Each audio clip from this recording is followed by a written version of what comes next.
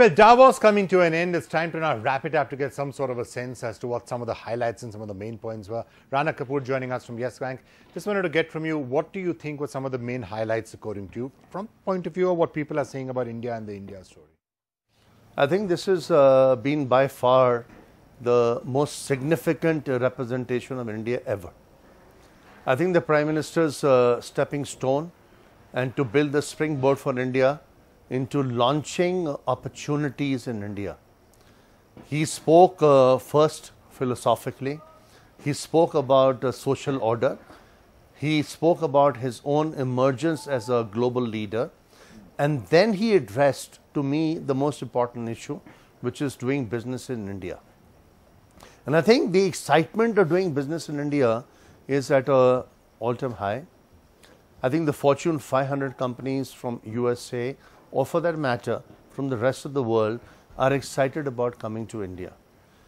And I think when you are talking to them also, you must be hearing some concerns on specific aspects of it, or is it entirely, everything is fine right now? I think the concerns are, the implementation. Yeah. India always has a slight gestation period in terms of implementation. But I think the Prime Minister's statement, reform, perform, transform. I think that is the ultimate in terms of seeping into people's deep energy. And that as a statement for our nation India is everlasting. So I personally believe that Fortune 500 companies, global companies, US companies, top leaders who are very active in this forum this year, particularly this year, has had the best representation in the last 10 years that I've been attending on and off.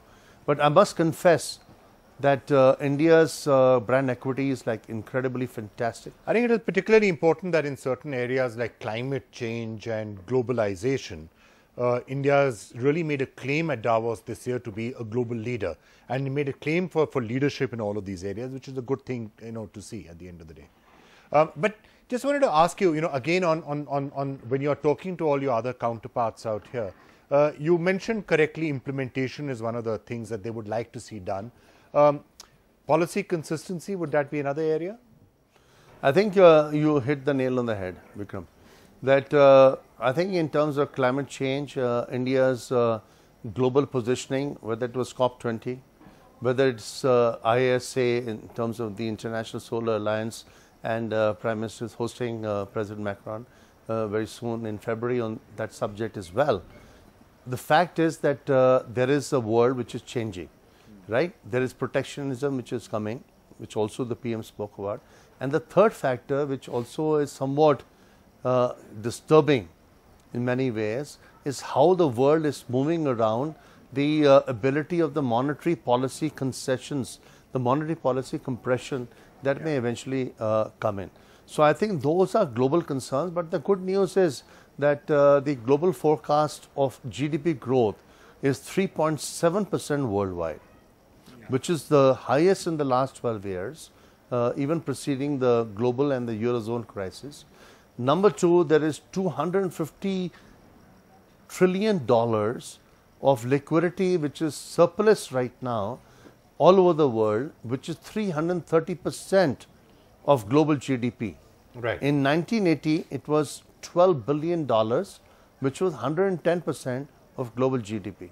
So you can well imagine that the world is very endowed, and the world is very synchronized, and the world is very synergized in terms of making sure that the global easing has a soft landing. Whereas India is concerned, I think the opportunity is right now fantastic. It's a buy versus build opportunity, and we must create momentum. We must create systems. The policy reform systems are in place to buy and build. All right, Mr. Kapoor, I'm going to allow you to escape before you freeze in this cold. I'm a bit concerned at seeing you in just a shirt. No, it's very nice. I still feel like a student, college student. All right, lovely having you with us. Thank you so much for joining us. Superb.